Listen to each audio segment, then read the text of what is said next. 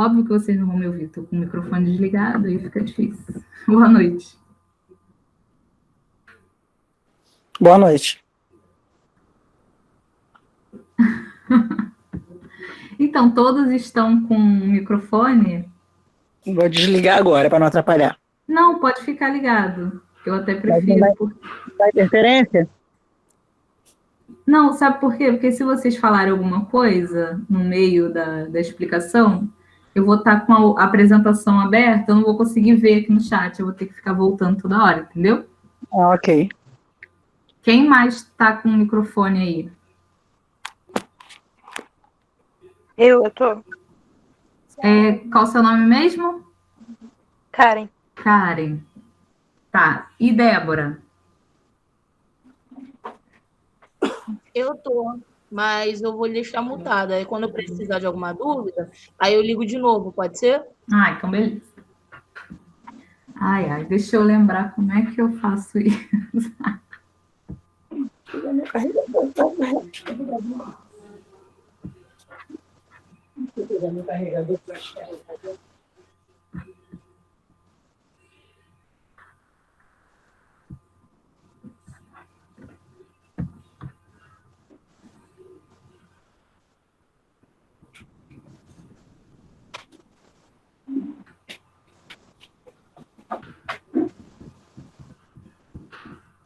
Não conseguindo ver?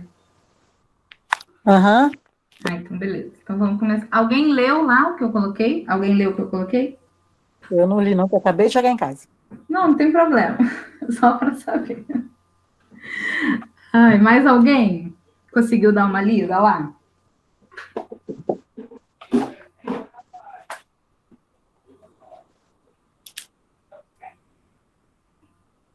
Podemos começar então? Gente? Sim. Por mim, tudo bem. Ah, então bora. Bom, dando continuidade aí ao nosso estudo, né, de citologia, hoje a gente vai inaugurar o assunto de citoplasma, né? A gente já falou, a gente falou de membrana plasmática, né?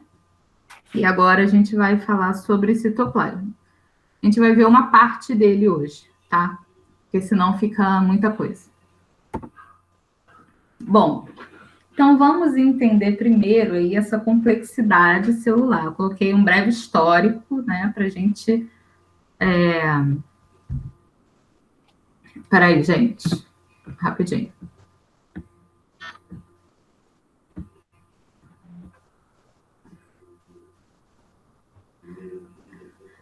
Então, vocês podem fazer isso, tá? Que o Wesley falou, de abrir o microfone quando for falar, porque eu estou ouvindo um barulho.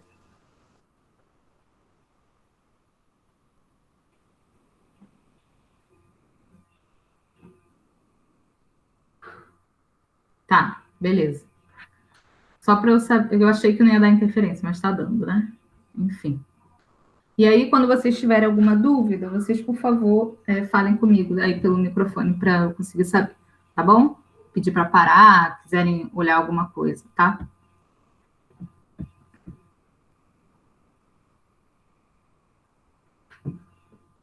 Então, beleza, vamos ao breve histórico aí, né, dessa complexidade celular. Porque primeiro a gente precisa entender quem são esses organismos procariontes, esses organismos eucariontes que a gente tanto ouve falar, né? Por quê? Na atmosfera primitiva, né, muita coisa mudou, as formas de vida, né, desde as primeiras formas de vida até as formas atuais, muita coisa mudou. Antigamente a gente tinha uma atmosfera primitiva, a gente tinha, enfim, outras condições climáticas que são diferentes das que nós temos hoje. Então, esses primeiros organismos, eles eram mais simples, né? Então eles tinham membrana, um material genético, e esse material genético com capacidade de se autoduplicar, certo? Esses organismos são o que nós conhecemos como organismos procariontes, né? Ou as células procariontes. Só que ao longo da evolução, essa capacidade de duplicação do material genético, alguns erros foram acontecendo, né? Quando o DNA estava ali se duplicando, alguns erros, entre aspas, né, que eu coloquei ali, foram acontecendo e aí deram origem a algumas mutações. Essas mutações geraram uma diversidade, né, uma variedade nesses organismos, que antes eram organismos mais simples, procariontes, e aí, com isso, com esse processo evolutivo, apareceram os organismos eucariontes, que aqui eu coloquei não o organismo em si, né? Eu coloquei a célula, exceto a bactéria, porque a bactéria, de novo, ela está aparecendo aqui, ela já está ficando famosa. Aqui eu tenho um exemplo de célula procarionte, que no caso a bactéria. Como ela é unicelular, o organismo inteiro é uma célula, tá? Mas aqui ao lado eu tenho uma célula apenas, não o organismo inteiro, eu tenho uma célula eucarionte. Então, aqui eu quero que vocês visualizem a diferença entre uma célula procarionte ou célula procariótica, tanto faz falar, e a célula eucarionte ou a célula eucariótica, tá? Aqui, ó, a gente viu lá, os organismos mais simples, eles tinham o quê? Membrana, material genético, né? Então, aqui a gente consegue ver, a bactéria. A gente tem aqui membrana plasmática, né? Tem também outras membranas mais externas, como a parede celular, por exemplo, e a cápsula. Mas, basicamente, aqui, membrana plasmática, eu tenho citoplasma aqui em azul, tenho algumas estruturas aí dispersas no citoplasma. Aqui em vermelho, eu tenho material genético, né? Já aqui na célula eucarionte, eu tenho uma diversidade, né? Eu tenho o DNA, que é o material genético, está aqui bem protegidinho, e eu tenho uma diversidade muito superior, né, de estruturas. Isso daí é uma diferença básica entre uma célula e outra, tá? Porém, os organismos procariontes, né, as células procariontes, elas tiveram sucesso evolutivo, né, visto que até hoje existem bactérias, né? Micoplasmas são outros organismos procariontes. Os micoplasmas, eles parasitam outras células, tá? Mas as bactérias são os exemplos mais famosos de células ou organismos procariontes, tanto faz. Então, por que elas tiveram sucesso evolutivo? Porque desde né, as primeiras formas de vida, que eram os organismos eucariontes, até hoje, se passaram aí, né, tantos zilhões de anos, eu estou exagerando, elas estão presentes em tudo, né? Em todas as camadas ali da cadeia alimentar, as bactérias aparecem, né? A gente tem bactérias que são fotossintetizantes, a gente tem bactérias que são fixadoras de nitrogênio, que estão ali em simbiose com raízes de algumas plantas. Temos bactérias que são parasitas, bactérias que são decompositoras, né? Tá. Mas qual é o interesse? Como deve ter sido, né, assim, para a evolução, o que foi interessante para esses organismos que eram mais simples evoluírem em organismos mais complexos, que são os eucariontes, né? Ao longo desse processo, houve uma necessidade de aumentar o tamanho, né? As células procariontes são muito pequenas. Então, ao longo desse processo evolutivo, houve aí uma necessidade de aumentar o tamanho, né? E, além disso, variar as funções, aumentar ali uma coisa estava demandando, na natureza, estava demandando que essas células, que esses organismos mais simples desempenhassem funções mais complexas, né? E, além disso, também teve a internalização da membrana celular, que deu origem às organelas celulares, tá? Como é que acontece a internalização da membrana celular? Eu tinha um organismo simples que não era tão grande. Daí eu aumentei, né? Eu expandi, o corpo cresceu. ele aumentou de tamanho. Só que aí essas células, essa membrana que foi expandida, ela também foi para o interior da célula, né? Porque as células em geral, as células eucariontes em geral, elas têm, sei lá, até 5% de membrana está no exterior, né? A maior parcela de membrana está no interior das células. Só o retículo endoplasmático, por exemplo, que a gente vai ver, que a gente vai estudar hoje, tem aí 50% do total de membrana de uma célula, né? Então, nesse processo evolutivo, a gente também teve, além de ganhar tamanho, né, a membrana, a superfície aumenta, mas essa membrana plasmática também foi para o interior das células, né, dando origem a essas organelas. Inclusive, acredita-se que as mitocôndrias e os cloroplastos foram resultado de uma relação simbiótica ao longo aí desse processo evolutivo. Por quê? Acredita-se que as mitocôndrias e cloroplastos, antes de serem mitocôndrias e cloroplastos, eram bactérias que foram digeridas por um outro organismo. Só que, ao invés desse organismo comer isso que ele capturou, ele falou, não vou digerir isso aqui. Formou ali uma relação de simbiose, ou seja, uma relação harmônica, uma relação de troca entre esses organismos. E daí surgiram as mitocôndrias e cloroplastos. E isso é o que a evolução acredita, né? Até porque tem ali as evidências, porque são estruturas que têm uma dupla camada de membrana plasmática, né? Então, se um foi digerido por outro, então aí a membrana fica aí como um indício, né? Então, é o que a evolução mostra para a gente aí em algumas evidências, tá? Bom, as diferenças básicas, né? Que vocês precisam saber de um citoplasma de uma célula, a diferença de uma célula procarionte para uma célula eucarionte, eu até coloquei a origem da palavra, né? Antes do núcleo. Procarionte são células muito pequenas, elas não têm núcleo, tá? Quando vocês ouvirem falar, a célula procarionte não tem núcleo, não excluam o material genético disso, tá? Ela não deixa de ter material genético. Vai continuar tendo material genético, porém, que é o DNA, no caso, porém, ele não vai estar dentro de um compartimento protegidinho, tá? Ele vai estar ali no citoplasma, vai estar disperso no citoplasma.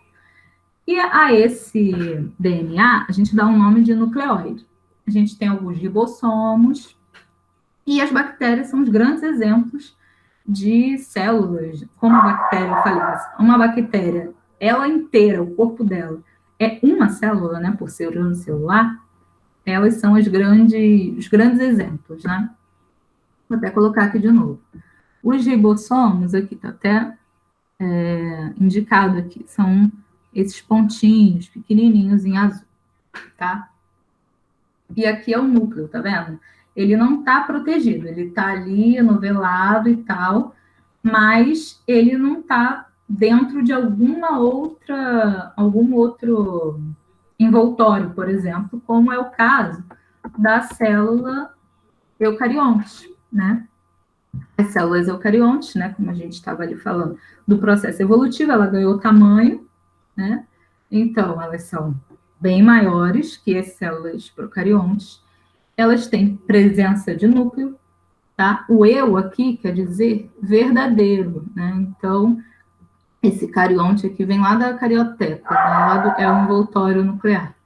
Então, eu tenho um núcleo verdadeiro, né? Entre aspas aí, falando. Como eu já disse, o DNA, ele está ali protegidinho no envoltório, que é o envoltório nuclear, tá? Aqui, ó. O núcleo está aqui dentro, e aí eu tenho um envoltório.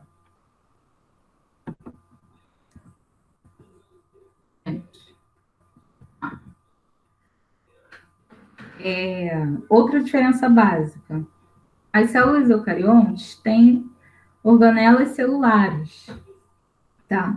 Cada uma desempenhando aí uma função. A gente vai estudar algumas hoje. A gente tem também o citoesqueleto. Ele é responsável aí por dar forma, por dar estrutura à célula, participa da movimentação dessa célula, tá? E os grandes exemplos aí de células eucariontes são as células dos animais e as células dos vegetais, certo? Gente, alguma dúvida até aqui?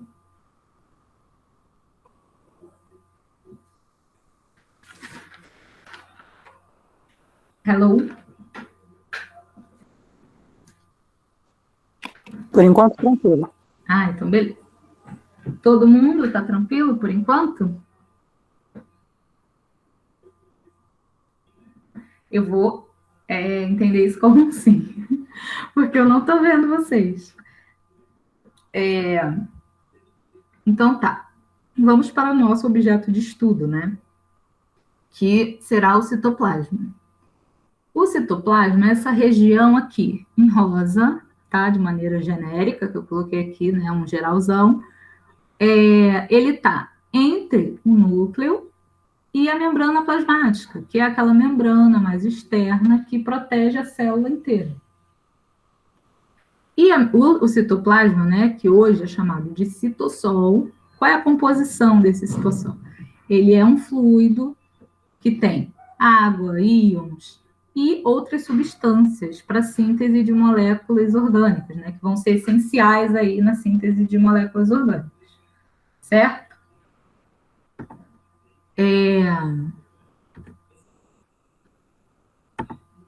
Além disso, né, imersos ali no citoplasma, a gente tem o citoesqueleto, que eu já falei, que é responsável aí pela sustentação, pela forma, pela movimentação da célula.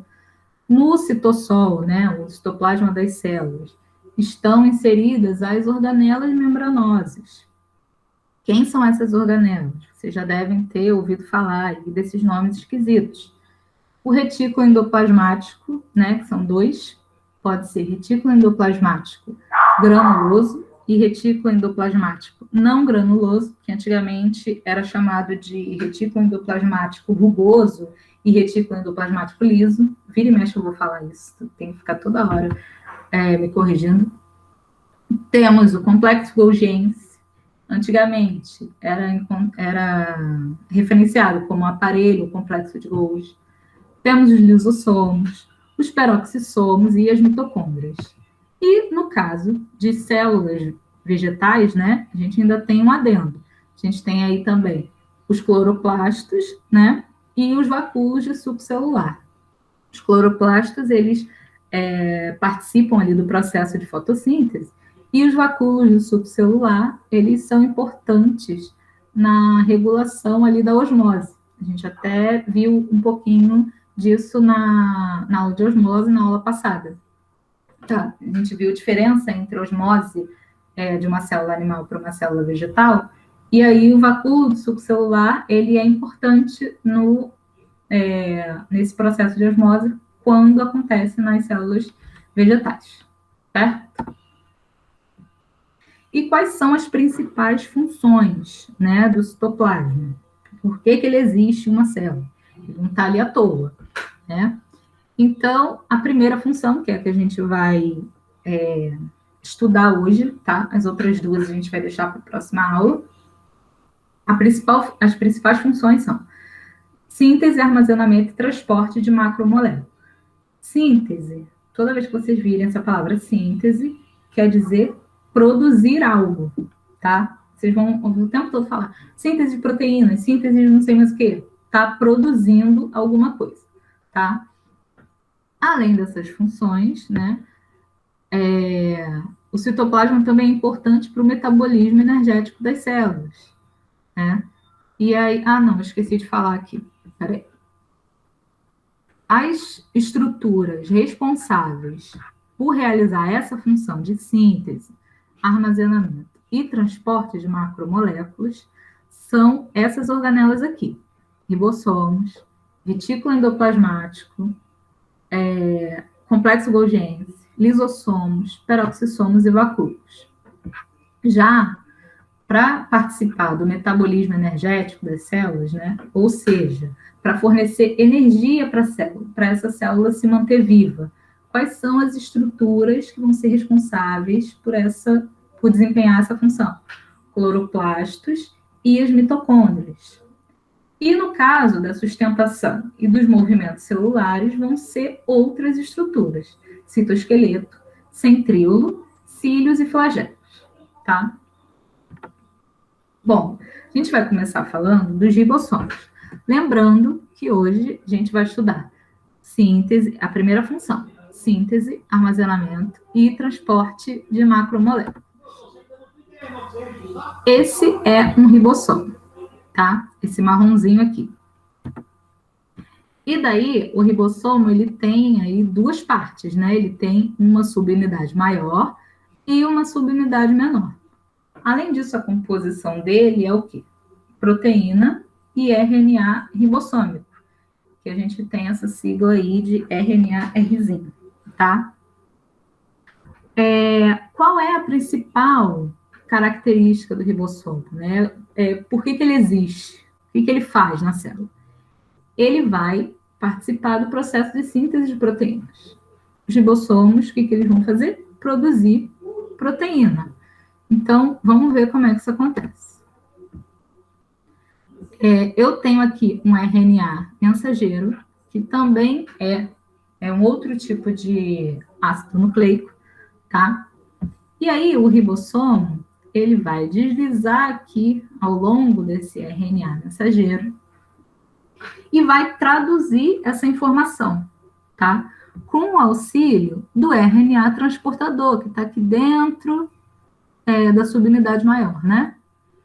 E aí, conforme ele vai deslizando aqui nesse filamento verdinho aí, que vocês estão vendo, que é o RNA mensageiro, conforme ele vai caminhando, ele vai traduzindo essa informação e vai produzindo proteína, que é essa cadeia aqui de polipeptídeo, roxinha aí que está sendo formada. Conforme ele vai passando, maior essa cadeia aqui em roxo vai ficando, tá? Ah, só um ribossomo faz isso? Não. Vários ribossomos vão fazer isso ao mesmo tempo, tá? É que a gente, inclusive, chama de polirribossomo ou polissomos, né? Quando são muitos atuando aqui nesse RNA mensageiro, tá? Conforme ele vai passando ali, ele vai traduzindo aquela informação. E aí, para onde vão essas proteínas que foram produzidas no ribossomo? Vão para vários lugares na célula. Essas proteínas podem ser enzimas que vão ficar ali no citossol. Lembrando, enzimas são proteínas. Toda enzima é uma proteína. Tá? Quando vocês virem enzima, vocês já sabem. Toda enzima é uma proteína. Toda proteína é uma enzima? Não. Tá? A gente tem proteínas, tem outras funções também, mas uma delas é essa função enzimática. Então, não esqueça. Toda enzima é uma proteína, porém, nem toda proteína é uma enzima, tá? Essas proteínas que foram produzidas aqui, estão sendo produzidas aqui, elas podem participar lá do citoesqueleto, elas podem compor os cromossomos, elas vão participar na respiração celular para dar energia para essa célula, ou elas vão ficar armazenadas nos peroxissomos, que é uma outra estrutura da célula, tá? E, além disso, alguns desses ribossomos, eles não estão só ali livres no citoplasma, não, como a gente viu no caso lá das bactérias, né? A gente viu aqui alguns ribossomos no citoplasma. Alguns desses ribossomos, eles vão estar associados ao retículo endoplasmático, tá? No caso, ao retículo endoplasmático granuloso, porque a gente tem dois tipos, então esses ribossomos também serão encontrados lá, certo? Há alguma dúvida até aqui? Porque agora começam esses nomes difíceis, né? Então, alguém perdeu alguma coisa? Não, tá bem tranquilo. Tá? Tem algumas coisas que eu fico me lembrando do ensino médio, de citoplasma, essas coisas assim, então tá mais difícil, tá mais tranquilo de acompanhar. Tá de boa, tá de boa. Então, beleza. Mais alguém, gente?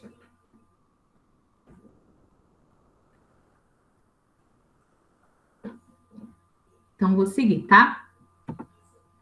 Bom, agora vamos ver os peroxissomos, né? Que é esse carinha aí. Claro que isso daí é uma maquete, mas é só para vocês visualizarem, tá? De forma didática. Também são organelas membranosas, ou seja, tem uma membrana aí, né? Lembrando lá do histórico evolutivo, né? A função é o que se dá ácidos graxos. Os ácidos graxos são lipídios, tá? Para síntese de colesterol, ou então ele vai servir de matéria-prima para a respiração celular, certo? Mas aí, como é que acontece isso, né? Vamos do princípio. Os peroxissomos, eles contêm enzimas, que são chamadas oxidases. Toda vez que vocês virem um nome que termina com ase, é uma enzima, tá? Tem algumas poucas que não terminam com ase, mas a maioria termina com ase. E o começo está sempre associado à função que aquela enzima desempenha. Por exemplo, uma enzima oxidase, né? Tá aí fazendo alusão ao quê? Oxigênio, né? Então, vamos ver como é que o peroxissomo funciona. Eles têm enzimas, que são essas enzimas chamadas de oxidases, né? Que vão utilizar o oxigênio para oxidar substâncias orgânicas, né? Que são as macromoléculas, por exemplo. Né? E daí, quando ele faz isso, quando ele está ali oxidando, a gente está ali falando, a gente viu que a função, oxidação de ácidos graxos para a síntese de colesterol. Quando ocorre essa oxidação, tem um porém. Quando os peroxissomos estão fazendo isso, eles produzem uma substância chamada peróxido de hidrogênio, que é água oxigenada, ou seja, o subproduto dessa reação vai ser água oxigenada. Porém, a água oxigenada é tóxica para a vitalidade da célula, tá? E aí, o que vai acontecer? A enzima catalase, que é outra enzima dos peroxissomos, vai degradar o peróxido de hidrogênio, que é a água oxigenada, e aí ele vai degradar em água e em oxigênio, tá? Além disso, bom, deixa eu dar uma pausa aqui. Vocês viram que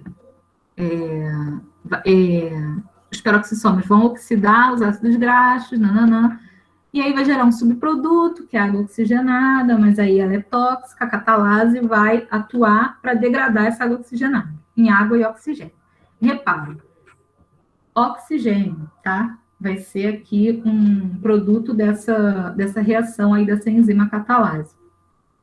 Olha aqui a função dos peroxissomos. Matéria-prima para a respiração celular. Na respiração celular, eu preciso de oxigênio, tá?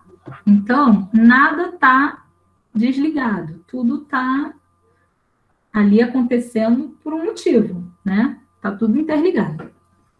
Além disso, os peroxissomos, eles atuam na desintoxicação do organismo, né? Por exemplo, quando o indivíduo consome um excesso de álcool, tá? E aí, como é que acontece essa desintoxicação? Os peroxissomos, lá das células do fígado, contém enzimas que elas vão quebrar esse etanol em produtos menos tóxicos, tá? Aproximadamente aí 25% do álcool que alguém ingerir vai ser degradado pelos peroxissomos, por exemplo, certo? Aqui eu coloquei um adendo, tá? Que algumas enzimas dos peroxissomos atuam na síntese de fosfolipídio da bainha de mielina das células nervosas. Quanto nome difícil. E até coloquei uma dica de filme aí, se vocês quiserem assistir. É esse filme Óleo de Lorenzo. Ele trata de uma doença causada por algum desequilíbrio aqui, tá? Por quê? Porque a bainha de mielina, ela garante o bom funcionamento da célula nervosa. E aí, quando eu tenho a deficiência dessa bainha de mielina, né? Ou seja, aqui nessas enzimas dos peroxissomos, elas vão ser responsáveis também por produzir aí os fosfolipídios dessa bainha de mielina. Quando eu tenho uma deficiência ali, eu vou provocar uma doença neurológica, que ela é chamada de... Deixa eu colar aqui, porque o nome dela é esquisito. Ela é chamada de adrenoleucodistrofia. E esse filme, Olho de Lorenzo, se vocês puderem assistir, né? Deve ter no YouTube, eu acho que tem, porque ele é muito antigo. Ou em outras plataformas aí de streaming que vocês tiverem, ele aborda essa doença, né? Então, se vocês quiserem ver como é, né? Dá uma olhadinha nesse filme. Bom, o retículo endoplasmático agora, tá?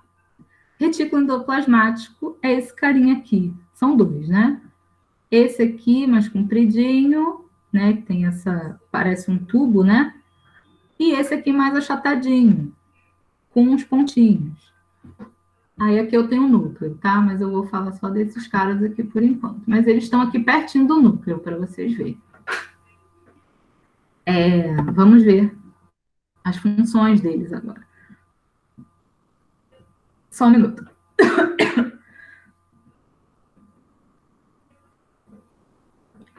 O retículo endoplasmático, eles são esses canais aqui que se comunicam com a carioteca, tá? Lembrando que a carioteca é essa camada aqui que protege o núcleo, tá? A função dele é transportar substâncias dentro da célula. E aí, como eu falei já, tenho dois tipos de retículo endoplasmático. O granuloso, que antes era chamado de... Como é que era mesmo o nome, gente? Eu tava falando toda hora, agora eu já esqueci. Era chamado de rugoso, retículo endoplasmático rugoso antigamente, né? Agora é retículo endoplasmático granuloso. Ele tem essa aparência aqui, né? E a gente tem também o retículo endoplasmático não granuloso, que são esses carinhos aqui, mais externos, né? Não tem esses pintinhos é ótimo. Não tem esses pontinhos. Né? Que pontinhos são esses? Lembra quando a gente falou dos ribossomos? Que os ribossomos também vão estar associados ao retículo endoplasmático? Então, são eles que estão aqui, tá? E, além disso, o retículo endoplasmático granuloso, ele é responsável pelo quê? Pela síntese de proteína. E o retículo endoplasmático não granuloso é responsável pela síntese de esteroides, fosfolipídio, colesterol. Esses três tipos, tá, que eu falei, esteroide, fosfolipídio e colesterol, é tudo lipídio, tá? Pertence à classe dessa macromolécula chamada de lipídio, que a gente costuma colocar no mesmo balaio das gorduras. Mas a gente não pode só chamar de gordura, não. Cada um tem sua categoria, tá? Mas eu entendo que é bom para a gente associar. Não, tá? Gordura porque é insolúvel em água. Beleza, não tem problema fazer essa associação. Peraí, que tem mais coisa para falar. Hein? Vai para onde? Bom, dependendo do lugar, dependendo da célula, dependendo da célula, que esses retículos tiverem, a célula, dependendo da função que essa célula desempenhar, eu vou ter mais retículo endoplasmático naquela célula do que em outras, por exemplo. Como é o caso das células do pâncreas e do intestino, né? Eu tenho mais retículo endoplasmático granuloso, por exemplo, nessas células que são secretoras, tá, do pâncreas e do intestino, elas vão estar em maior quantidade, por exemplo, nessas células, tá?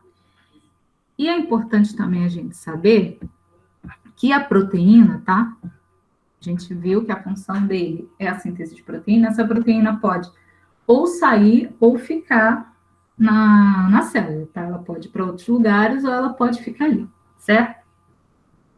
O retículo endoplasmático não granuloso, além da síntese de esteroides, fosfolipídio e colesterol, ele também atua na degradação do álcool. Ou seja, o álcool hoje está presente aqui, né? Como é que isso acontece? Isso quer dizer que esse tipo de organela, como eu estava falando, né?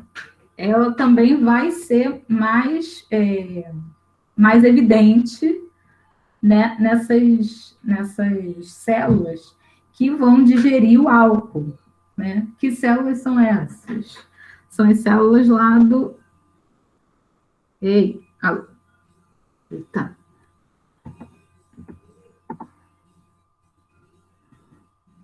Gente, peraí.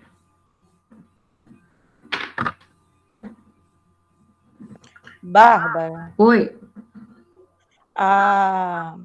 o pão tá cortando pra caramba, pô. Tá, Pelo menos eu vou... aqui. Peraí, rapidinho. Tá bem.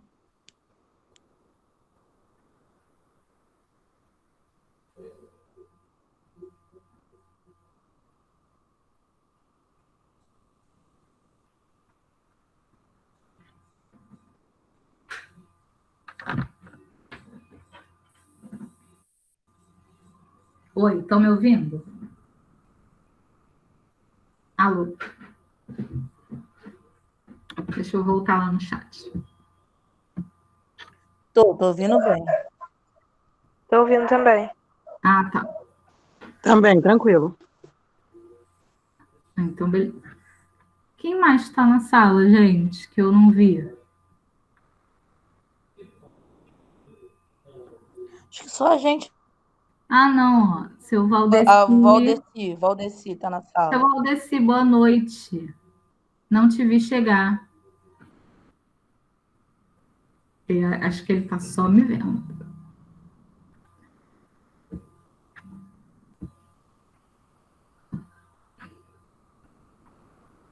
Ai, deixa eu ver onde eu parei. Nem lembro mais. Eu tô ouvindo agora. Ah, então beleza. Tudo bem com o senhor? Tudo bem, tudo bem. Eu não vi o senhor chegar.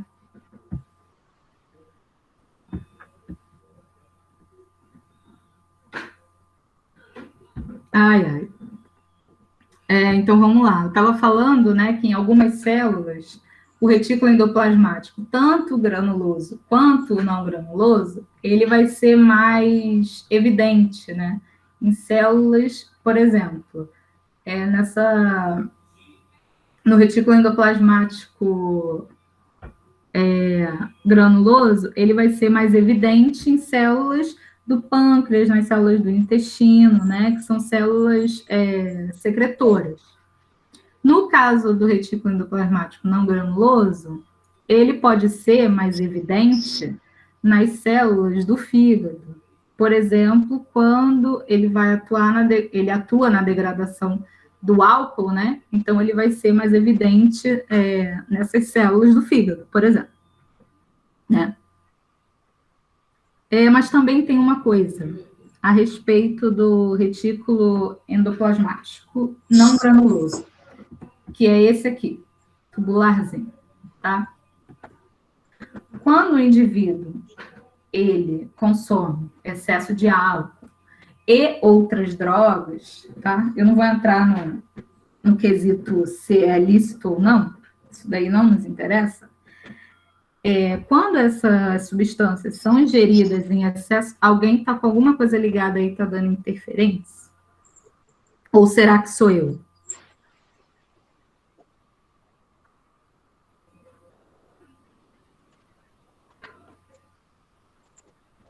Bom, enfim, vamos para frente. Quando acontece aí, um indivíduo, ele consome em excesso álcool ou algumas drogas, né? Algumas outras drogas, além do álcool, quando ele consome em excesso, isso vai fazer com que aumente a proliferação do retículo endoplasmático não granuloso, né? Uma célula. Por quê? Porque elas atuam na degradação dessas substâncias, certo? A gente viu aqui que ele atua na degradação do álcool, por exemplo, né? E daí, tem uma contrapartida. Pô, beleza. O cara eu tenho um indivíduo com consumo excessivo, né, de álcool e de outras drogas, mas eu tenho ali uma estrutura que consegue degradar essas substâncias que estão entrando. Só que a contrapartida é o seguinte: esse aumento de retículo endoplasmático não granuloso na célula vai fazer com que a célula vai fazer com que o organismo fique tolerante. Entende? Por quê? Quanto mais o número ali de substâncias nocivas que estão entrando, mais tolerante vai ficar, porque está aumentando o número de retículo endoplasmático não granuloso nessa célula. E aí, como ele fica muito tolerante, o perigo é que ele vai precisar de uma quantidade muito grande ali de substâncias para, enfim, fazer o que ele deseja. Por exemplo, uma pessoa que consome muito sedativo, né? Por que ela pode ficar viciada em sedativo? Por conta disso que eu acabei de falar, que está relacionado ali com retículo endoplasmático não granuloso, por exemplo, né? Como ele vai aumentar ali o número dele, né, a quantidade dele na célula, ele vai para atuar na degradação desse sedativo que a pessoa está consumindo, por exemplo, em excesso, mas aí a pessoa fica muito tolerante àquele sedativo, acha que não está funcionando, começa a consumir mais ainda, e aí entra num vício, né? Eu lembro até uma série, aquela Mr. Robot, não sei se vocês conhecem, eu vi um capítulo, que eu sou péssima de série, né? Eu sei que a galera gosta muito de série, mas eu sou muito ruim. Aí eu tava vendo um episódio, acho que é o primeiro episódio, que o menino ele até explica, enfim, ele consome morfina, aí ele fala, não, eu preciso de tanto para não me tornar um viciado. Aí quando eu tava montando essa aula, eu lembrei dele, que até para isso a pessoa precisa ser inteligente, até para isso a pessoa precisa estudar, para não ficar viciado em nada. Ai, péssimo.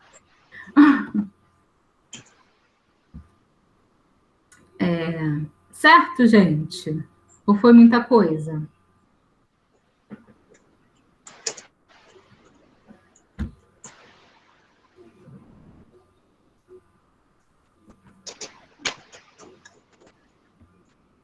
Estou esperando vocês falarem alguma coisa.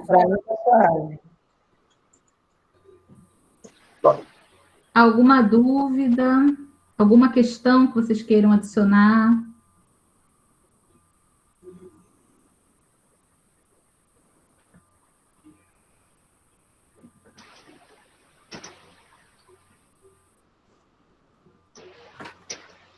Então, vamos para o próximo. A próxima organela membranosa é o nosso complexo golgiense, que antigamente a gente chamava de aparelho de Golgi, complexo de Golgi, tá? São membranas achatadas, né? Que são essas bolsinhas, parecem umas bolsinhas, né? Aqui. Vocês podem ver, eu estou passando o mouse, né? E aí eles recebem o nome de cisterna, tá? E aí o complexo golgiense, ele fica próximo ao núcleo e ao retículo endoplasmático granuloso. Vou voltar lá na figura para vocês verem.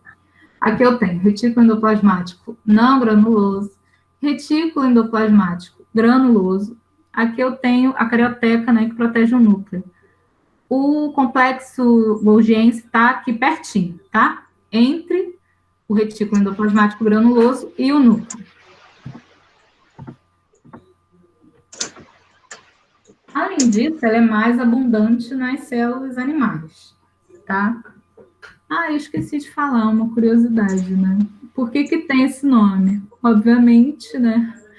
Como nada muito diferente na ciência, o citologista, né, que descreveu essa estrutura pela primeira vez, ele se chamava Camilo Golgi, e aí por isso ficou esse nome super original, complexo golgiense. Bom, além delas serem mais abundantes nas células animais, apesar disso, né, elas não possuem ligação com uma produção de secreção, tá? Aqui a função dela é concentrar, modificar e eliminar a secreção. ela não está muito ligada à produção de secreção, tá? Ela está mais conectada, o complexo de Golgi tem mais relação com concentração, modificação e eliminação de secreção.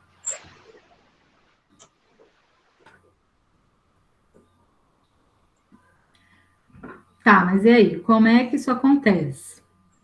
As proteínas e os lipídios que foram produzidos lá no retículo endoplasmático, tá? Aqui.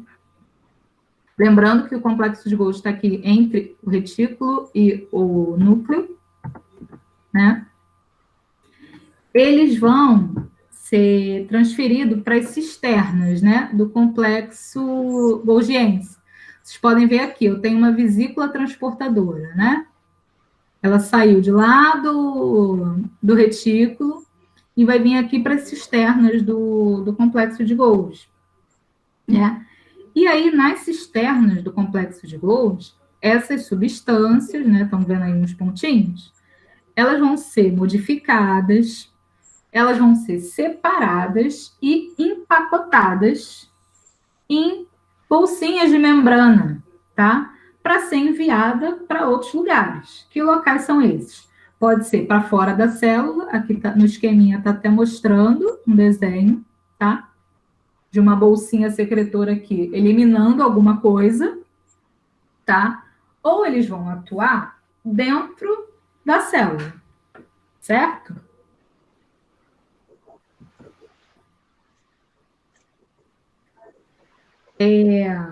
Bom, essas vesículas podem ser de alguns tipos, tá? Vamos voltar. Vesículas secretoras, tá? Saíram lá, vamos voltar lá do começo. Saíram lá do retículo endoplasmático, entraram aqui nas cisternas do complexo de Golgi, vão ser armazenadas, vão ser modificadas, né? Vão ficar empacotadas nessas bolsinhas aí para serem utilizadas. Só que essas vesículas têm conteúdos distintos, tá? E destinos distintos também. As vesículas, quando elas têm secreção celular, elas vão fazer exocitose, ou seja, elas vão colocar para fora da célula enzimas digestivas ou alguns mucos, tá? Elas vão eliminar da célula, são secreções que vão sair da célula. Aqui até está mostrando, aqui não tem um exemplo, mas não quer dizer que seja esse exemplo, tá? Mas a gente pode usar essa figura aqui como base. Vendo? Tá saindo da célula. Exocitar. Exocitar é botar para fora. Endocitar é colocar para dentro da célula. Tem algumas vesículas que têm enzimas. E aí, essas enzimas vão participar da digestão intracelular, tá? Isso vai ser importante quando a gente estiver falando de lisossomo. Guarda essa informação aí que vocês vão ver isso acontecer de novo. E as vesículas que contêm proteínas, que eu acho que é no caso desse exemplo aqui, né? Aqui ele está colocando a proteína está extrapolando aqui a membrana celular. Só que quando eu tenho vesículas contendo proteínas, essas vesículas vão lá, né? Tá ali no complexo golgiense. Ela vai lá para pertinho da membrana plasmática. Membrana plasmática é aquela membrana que está lá envolvendo a célula toda, né? Está ao torno do citoplasma inteiro. Essas vesículas vão ser encaminhadas para lá e essas proteínas vão participar da composição da membrana plasmática. Ela vai ficar inserida na membrana. Lembrando que membrana plasmática, qual é a composição? Fosfolipídio e proteína, tá? Essas proteínas podem atravessar a membrana, elas podem ficar só voltada para dentro, né, ali do interior da célula, para o citoplasma, elas podem ficar voltadas só para o exterior da célula, tá? Isso a gente viu nas aulas anteriores, quem perdeu, dá uma relembrada aí nesse conteúdo, certo? Além disso, no complexo golgiense tem a produção de polissacarídeos, né? Quem são esses polissacarídeos? Eles aparecem muito quando a gente fala de células vegetais, por exemplo. Célula vegetal, toda célula vegetal tem parede celular, né? E a parede celular, a composição dela, básica ali, é de hemicelulose, quase que não sabe. Hemicelulose, pectina, tá? É importante para a composição da parede. Então, no caso das células vegetais, o complexo golgiense vai ter um papel importante aí na produção desses polissacarídeos, tá? E, além disso, é importante na formação do espermatozoide. Por quê? No caso dos espermatozoides, o complexo golgiense, ele vai dar origem ao acrossomo, né? O que esse cara faz? Ele tem enzimas, né? Ou seja, são proteínas aí que degradam alguma coisa, né? Essas enzimas, elas vão atuar no óvulo, né? Quando o óvulo for ser fecundado. Por quê? O espermatozoide tem que atravessar essa parede aí, que é o óvulo, precisa perfurar para gerar o zigoto, certo?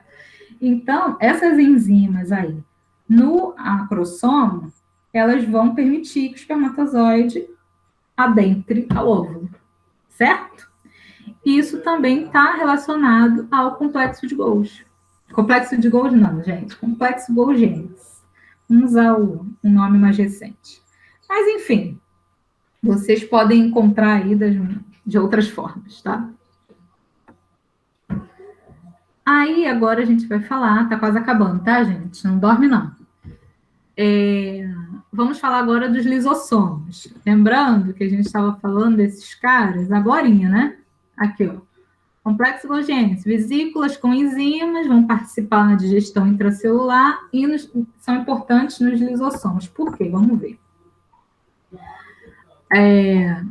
Não diferente das outras, né? São organelas membranosas, só que são redondinhas, né? E aí, como é que acontece? Esses lisossomos, eles vão se soltar lá do complexo de Golgi, né? Estão vendo essas vesículas aqui? A gente tem vários tipos. Algumas vão secretar algumas enzimas, né? Algumas coisas. Algumas vesículas vão ser secretoras, outras vão secretar enzimas, outras vão secretar proteínas. No caso dos lisossomos, aquelas vesículas lá do complexo de Golgi vai se soltar, né?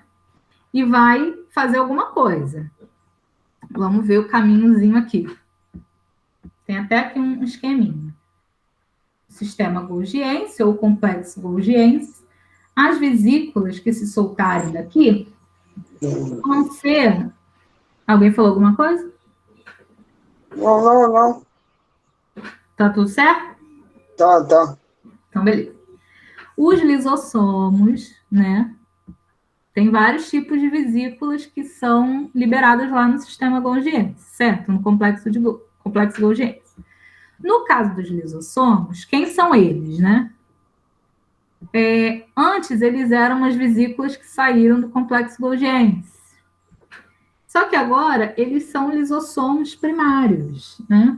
Por quê? Os lisossomos que foram formados lá no complexo de Golgi, eles vão se soltar, né? E vão dar origem aí aos lisossomos primários. Só que tem o seguinte, tem um porém. Quando eles fagocitam ou pinocitam alguma substância, ele vai iniciar um processo de digestão. E aí ele é chamado de lisossomo secundário. O que é fagocitar e pinocitar? Tá? É um processo de... É como se, assim, a célula capturasse alguma coisa formando vesícula, né? A gente também falou isso na aula passada. É um tipo de transporte, tá? Quando fagocita, é uma substância sólida. Podem pensar assim, tá? É uma substância, uma macromolécula que está sólida. E quando ela é um pinossomo, né? Quando ela teve aí a pinocitose, é porque essa substância está dissolvida, tá? ela tá, como é que eu posso falar? Tem ali um conteúdo que é líquido junto com ele, tá? Diferente da fagocitose. Mas ambos vão capturar alguma coisa, né? Através das vesículas, ou seja, a membrana plasmática ela se dobra e libera alguma coisa para algum lugar, tá? Então, lembrando, eita, cadê minha seta? Saiu aqui do complexo de Golgi uma vesícula, né? E aí eu tenho o lisossomo primário. E aí, através da fagocitose, quando ele fagocitar ou pinocitar, ele vai virar um lisossomo secundário. Estão vendo aqui? Um exemplo? Certo? Ou vacúolo digestivo, é a mesma coisa. É só para diferenciar aqui. Aqui eu tinha uma enzima, né? Eu só tinha aqui uma vesícula com uma enzima. É um lisossomo primário. Só que agora ele fagocitou ou pinocitou alguma coisa, então agora eu tenho um lisossomo secundário ou um vacúolo digestivo, tanto faz. E daí, essas enzimas, elas vão reduzir as moléculas, né, que foram ali fagocitadas ou pinocitadas, né? Enzima é para isso, para quebrar alguma coisa, para acelerar a reação, enfim. Vem. Aconteceu alguma coisa?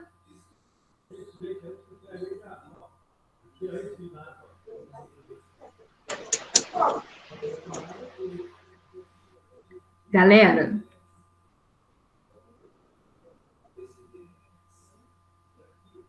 Fala. tá tudo bem aí? Tá. A explicação tá muito boa. Não, é porque eu estava ouvindo um barulho. Achei que vocês estavam falando alguma coisa, eu não estava ouvindo. Tá tudo certo. Tá. Então tá. Então, voltando. A gente está aqui no lisossomo secundário, certo? Essas enzimas, elas vão reduzir as moléculas dentro aqui desse vacúolo digestivo, né? E aí, essas substâncias, né, elas vão sair desse vacúolo, tá? Ou elas vão para o citossol, né, e vão ser matéria-prima ou fonte de energia em algum outro processo celular, tá? Ou elas podem sair da célula. E aí, como é que isso acontece? Quando ele não é digerido, quando esse conteúdo, né, que foi ali fagocitado ou pinocitado, quando esse conteúdo ele permanece dentro do vacúolo digestivo, que é o lisossomo secundário, ele pode se fundir aqui na membrana plasmática e sair da célula, tá? Tem aqui a exocitose de resíduos, porque é uma maneira que a célula tem de eliminar alguma coisa que está ali em excesso. É uma forma dela manter a juventude dela, certo? E a isso a gente volta aqui rapidinho a essas diferenças, tá? Nas funções. Por quê? Se a função for heterofágica, né, vai ter ali vai fagocitar ou pinocitar uma substância, vai ter os lisossomos primários vão passar lisossomos secundários e vão formar ali os vacúolos digestivos. Esse conteúdo vai sair desse vacúolo para ser utilizado ali na célula, tá? Quando esse lisossomo for realizar uma função autofágica, ele vai liberar lá no exterior da célula, tá? Não vai ficar aqui dentro. Esse vacúolo vai se aproximar aqui da membrana e vai eliminar esse conteúdo aí que ele quer. Para quê? Para realizar essa renovação desse material, para a célula continuar jovem, certo? Além disso, eu vou botar aqui no esqueminha de novo, tá? Para vocês verem os dois caminhos que acontecem. com lisossomo primário e inalisossomo secundário, e aí ou ele vai ficar ali realizando aquela substância vai realizar alguma função dentro da célula, vai servir ali de matéria-prima, né? Vai servir de energia para a célula, ou ela vai extrapolar, ela vai sair na forma de resíduo, tá? Quando sai, ela recebe esse nome, né? O processo recebe esse nome aí de plasmocitose ou defecação celular, tá? Que eu acho que é um português bem mais claro. Bom, além disso, os lisossomos também estão associados a algumas doenças humanas, tá? Por quê? Porque algumas doenças, alguns lisossomos, quando eles perdem a estabilidade, né? Quando eles se rompem e liberam as enzimas no interior da célula, que podem ser prejudiciais, voltando, eu tenho aqui a liberação, ele pode ou jogar para fora um excesso ali, fazer autofagia, né? Colocar alguma coisa que está em excesso, renovar esse conteúdo celular, ou esse conteúdo pode ficar aqui para ser usado, certo? Só que aí pode acontecer alguma interferência aí nesse meio, né? Quando o lisossomo perde a estabilidade, né? Quando ele ali se rompe e libera as enzimas, essas enzimas ali em excesso, elas podem causar algum problema para a célula. E aí tem alguns casos de doenças humanas relacionadas a esse excesso de enzimas liberadas pelos lisossomos, que é a silicose, que tem a ver com galera que trabalha em contato com sílica, artrite reumatoide, e essa doença de Tay-Sachs, ou Tay-Sachs, depende, tem gente que fala de forma diferente, tá? A gente não vai adentrar em detalhes nessas doenças, não, mas é só para vocês saberem que são organelas, né, que estão dentro de uma única célula. Olha aí o que, né, cada uma delas desempenhando funções diferentes. A gente pensa na célula, a gente acha que é uma coisa muito distante, né, porque nós somos organismos pluricelulares, multicelulares, a gente não consegue nem imaginar a função de uma célula, sei lá. Então, é a importância aí de cada elemento vivo, né, que a gente tem. Bom, por fim, a gente chegou no vacúolo de suco celular. Isso aqui é um esqueminha de uma célula vegetal, tá? Aqui em volta, para quem não conhece, não está muito familiarizado, esse em verdinho em volta aqui é a parede celular, onde tem a celulose, tá? E essa parte aqui em azul é o vacúolo. Aí recebe esse nome, de vacúolo de suco celular, tá? Quando a gente pensa nesse vacúolo, a gente sempre associa às células vegetais. Mas alguns outros organismos, que não são vegetais, não são plantas, têm vacúolos também, mas eles não recebem esse nome, tá? Mas são vacúolos. Como eu coloquei aqui, né, para vocês, eles são exclusivos das plantas, né? Algumas algas, alguns fungos também têm, tá? A membrana, vou botar aqui. A membrana que envolve esse vacúolo, ela é chamada de tonoplasto, tá? O que tem dentro desse vacúolo? Eu tenho ali uma solução de sais, açúcares e algumas proteínas, tá? Além da água, logicamente, porque eu estou falando de solução, então tem que ter alguma coisa diluída em alguma coisa, né?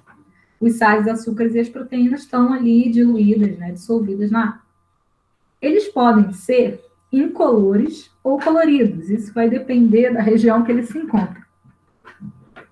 E quando ele vai ser colorido, né? Quando ele tiver, por exemplo, em algumas flores, em algumas folhas, né? Por conta da antocianina, que ela é responsável por dar cor azul, violeta, vermelha e púrpura, então elas vão ser visíveis nessas estruturas da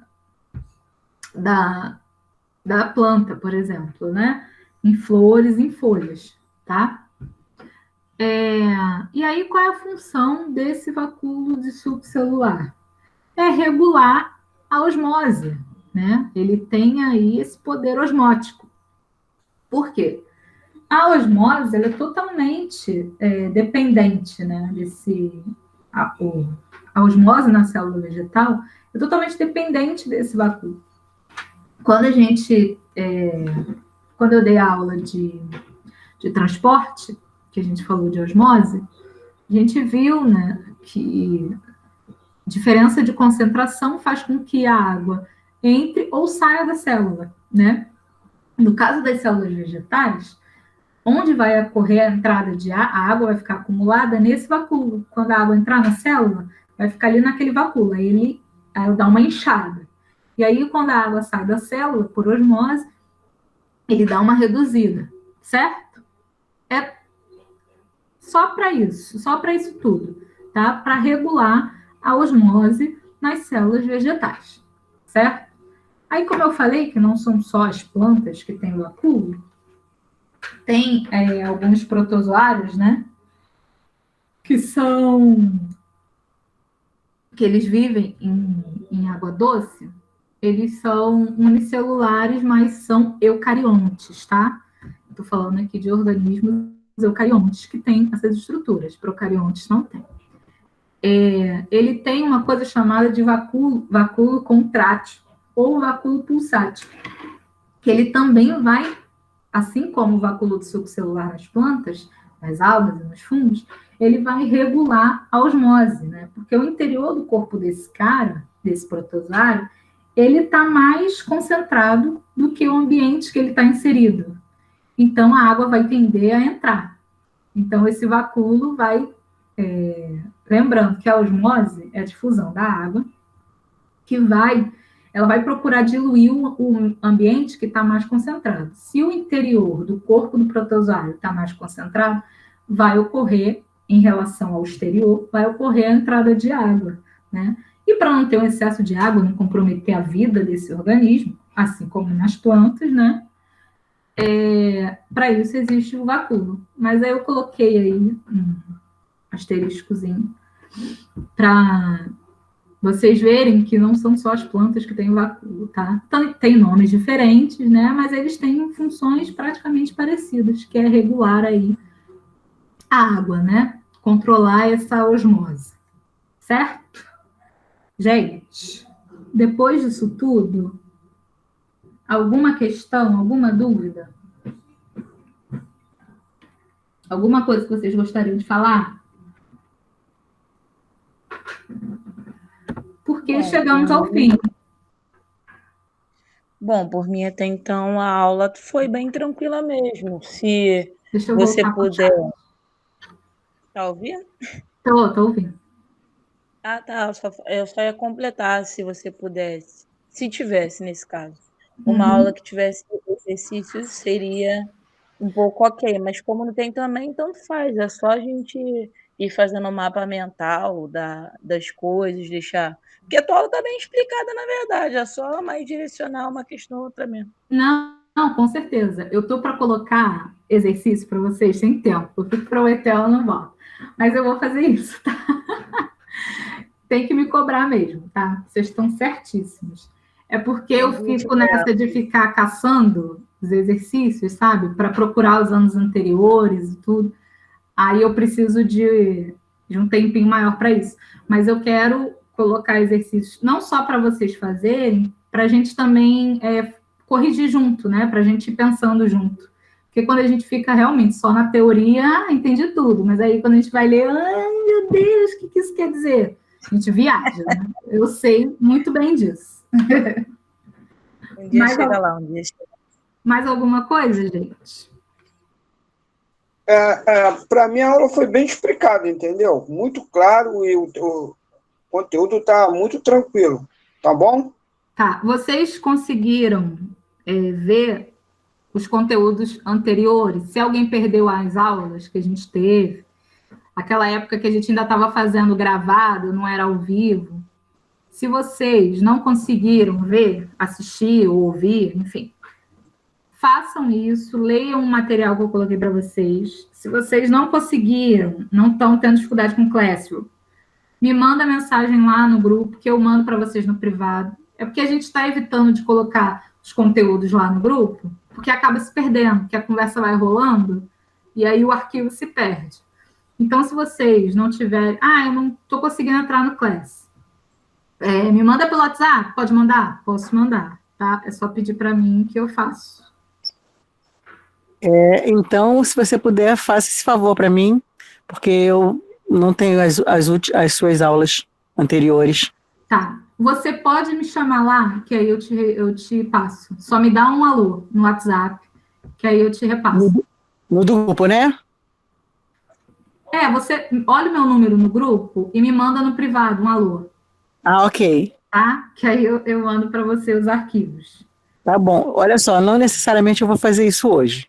Não, tá? tudo bem. Porque é aniversário do meu marido, eu tô meio enrolada. Parabéns para ele. Felicidades. Eu dei uma fugida aqui assim mais cedo. Fiquei até com medo de perder a aula, de chegar aqui fora da hora que eu saí para comprar uns negócios, mas aí já deu tudo certo. Então tá bom. Mas não tem problema não, tem pressa não, tá? Tá bom. Quer dizer, tem pressa mais ou menos, né? Que o Enem, o Enem tá aí. Né? Mas Tá não deixa de me chamar, não, tá? Se você Tá bom. esquecer, o Wesley vai lembrar. Ok. Então tá, obrigada, tá? Nada. E aí, gente, mais alguma coisa? Ou a gente pode encerrar? Para mim tá tranquilo. Então Tá beleza. ok, pra mim também. E aí, na próxima aula, a gente vai fechar citoplasma, tá? Porque eu não nem dei, eu falei assim, não vou dar tudo hoje, porque eu acho que não vai dar tempo. E não daria mesmo, porque já são, né, 7h30 praticamente. E aí fica muita coisa, fica cansativo. Já é cansativo, né? Imagine uma aula mais comprida que isso. Então, gente, obrigada, tá, pela presença de vocês. Desculpa eu não ter participado na sexta-feira, tá? Mas aí a gente conseguiu remanejar, graças a Deus. E que bom que vocês estão participando das aulas, tá? Continue estudando, não percam as esperanças. Ok. Certo, galera? Então, vou fechar, tá? Tá bom, boa noite. Boa Obrigada, noite. tá? Obrigada, tchau. Tchau.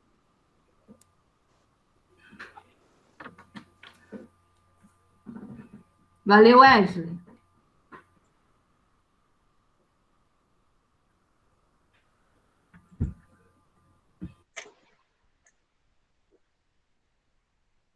Vou tomar banho.